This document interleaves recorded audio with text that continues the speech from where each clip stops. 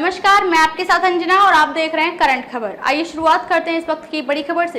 क्या कहते हैं कृषि मंत्री? बादल पत्र ले गोधन न्याय योजना शुरू। कार्यशाला के माध्यम से जैविक कृषि की दी गई जानकारी। ओफाज के तहत होगा वर्मी कंपोस्ट पायलट प्रोजेक्ट का क्रियान्वयन। राज्य के 5 जिलों में 572 वर्मी कंपोस्ट यूनिट बनाने का लक्ष्य। झारखंड को जैविक राज्य बनाना है श्री बादल। हैसांग स्थित पशुपालन विभाग के सभागार में राज्य के कृषि मंत्री श्री बादल ने गोधन न्याय योजना का लोकार्पण किया। उन्होंने राज्य के विभिन्न जिलों से आए प्रगतिशील किसानों और दुग्ध उत्पादकों को संबोधित करते हुए कहा कि राज्य में गौवंश के गोबर से हम जैविक कृषि के क्षेत्र में झारखंड की पहचान बना सकते हैं। आज हम केमिकल फर्टिलाइजर पर आश्रित हैं, जो हमारे स्वास्थ्य पर गहरा असर छोड़ते हैं। उन्होंने कहा कि राज्य के 5 जिलों से गोधन न्याय योजना की शुरुआत पायलट प्रोजेक्ट के रूप में हो रही है। इस प्रोजेक्ट की सफलता की समीक्षा के उपरांत पूरे राज्य में इसे चलाने की योजना बनाएंगे। इसलिए सभी गोपालकों से निवेदन है कि वह राज्य को जैविक झारखंड बनाने की दिशा में आगे बढ़े। श्री बादल ने कहा कि राज्य में ज्यादा से ज्यादा जैविक खाद्य पदार्थों का उपयोग हो, हमारे उत्पादों को जैविक की मान्यता मिले। इसके लिए एजेंसी और सेंटर बनाने की तैयारी सरकार कर रही है। वर्मी कंपोस्ट के लिए हमने 10 करोड़ के बजट का प्रावधान किया है। अगर यह सफल रहा तो 100 करोड़ की योजना भी बनाई जाएगी। इस योजना के तहत राज्य के किसानों को 8 रुपए किलो वर्मी कंपोस्ट उनके इलाके में ही उपलब्ध हो सकेगा। साथ ही गोपालकों से 2 रुपए किलो गोबर सरकार लेगी और प्रसंस्करण के बाद किसानों को वर्मी कंपोस्ट के रूप में उपलब्ध कराएगी। कृषि मंत्री श्री बादल ने कहा कि हमारी सरकार ने गाय को सम्मान देने का काम किया है। गौशाला पर काम करने के साथ पहली बार राज्य में गौमुक्ति धाम के निर्माण की शुरुआत की गई है।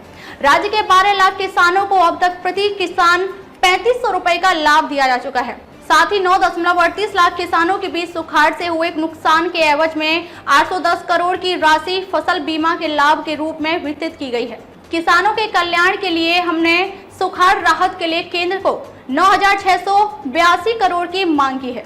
यह राशि सीधे किसानों के खाते में जाएगी। हमारे विभाग ने माननीय मुख्यमंत्री के दिशा निर्देश में कई फ्लैगशिप योजना की शुरुआत की है।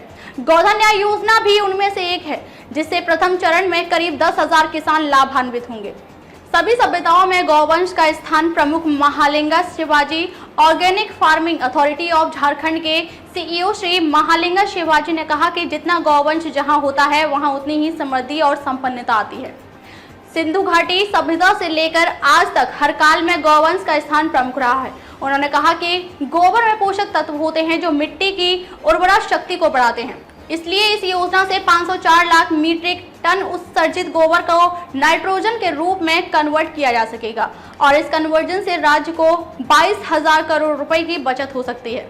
यह योजना पारंपरिक कृषि की दिशा में महत्वपूर्ण भूमिका निभा सकती है। क्या है गोधन न्याय योजना? इस योजना का उद्देश्य झारखंड राज्य में उपलब्ध गोवंश के द्वारा उत्सर्जित गोबर का उपयोग वर्मी कंपोस्ट तैयार करते हुए कृषक की रासायनिक खादों पर निर्भरता को कम करने एवं कृषकों की आय में वृद्धि करना है। साल 2019 के आर्थिक सर्वे के अनुसार राज्य में 12.57 मिलियन गोवंश है। एक अनुमान के तौर पर गौवंश के द्वारा 504 लाख टन गोबर का उत्सर्जन प्रति वर्ष किया जाता है। बता दें कि गौवंश द्वारा उत्सर्जित गोबर कृषि की पारिस्थितिकी तंत्र में महत्वपूर्ण भूमिका निभाते हैं, क्योंकि मिट्टी की जल धारण क्षमता को बढ़ाते हुए मिट्टी की जैविक मात्रा में वृद्धि करते हैं। गोबर को कृषि कार्यों में प्रभावी ढंग से इस्तेमाल करने के लिए एक प्रभावी प्रबंधन की जरूरत है, जो कृषकों के लिए लाभदायक होगा। पूरे राज्य में उत्पादित गोबर को गौपालकों से क्रय कर वर्मी कंपोस्ट में परिवर्तित कर अनुदानित दर पर कृषकों को उपलब्ध कराने का ये पायलट प्रोजेक्ट है। प्रोजेक्ट की शुरुआत वर्तमान समय में प्रत्येक प्रमंडल के एक जिला से की जा रही है। गोधन न्याय योजना का लक्ष्य: पशुपालकों की आय में वृद्धि, पशुधन विचरण एवं खुली चराई पर रोक, जैविक खाद के उपयोग को बढ़ावा एवं रासायनिक उर्वरकों के उपयोग को कम करना, स्थानीय स्तर पर जैविक खाद की उपलब्धता, स्थानीय स्वयं सहायता समूह, बेरोजगार युवकों को रोजगार के अवसर, गौशालाओं के सुंदरीकरण, भूमि की उर्वरता को बढ़ाने में मदद, रासायनिक रहित खाद्य पदार्थों की उपलब्धता।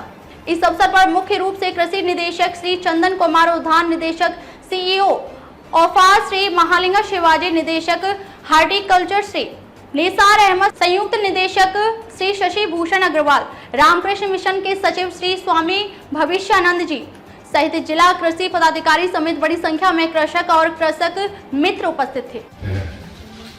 और यह एक शौक है, भावना से जुड़ी हुई है, हमारा धर्म है।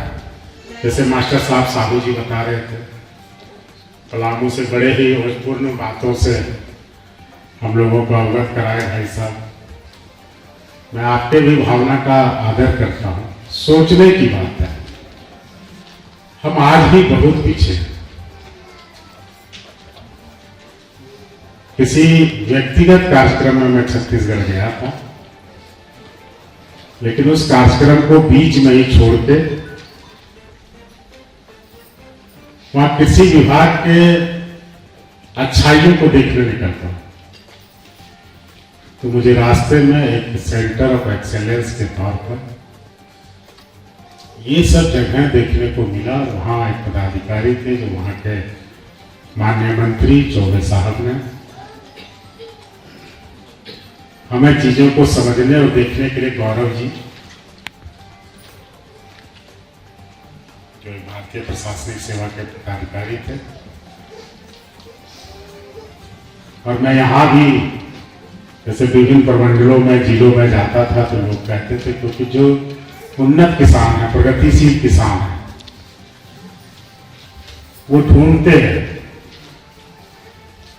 वो पढ़ते हैं कि दूसरे प्रदेश हमारे जैसे पशुपालकों के लिए, गोपालकों के लिए क्या कर रहे हैं। क्या हमारी सरकार ऐसी योजना नहीं ला सकती? क्या हम ऐसा काम नहीं कर सकते? क्या हम सिर्फ दूसरे को ही फॉलो करेंगे? कभी ऐसा नहीं कर सके कि दूसरा स्टेट हमको फॉलो करे। तो ये बातें कहां से आएंगी? जब हम कार्यक्रम में बीच में ही लय तोड़ के आपको बोलने का मौका।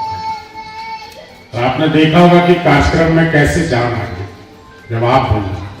खबरों में अब तक के लिए बस इतना ही। फिर होगी आपसे मुलाकात कुछ ऐसी ही बड़ी खबरों के साथ। तब तक के लिए नमस्कार और देखते रहिए करंट खबर।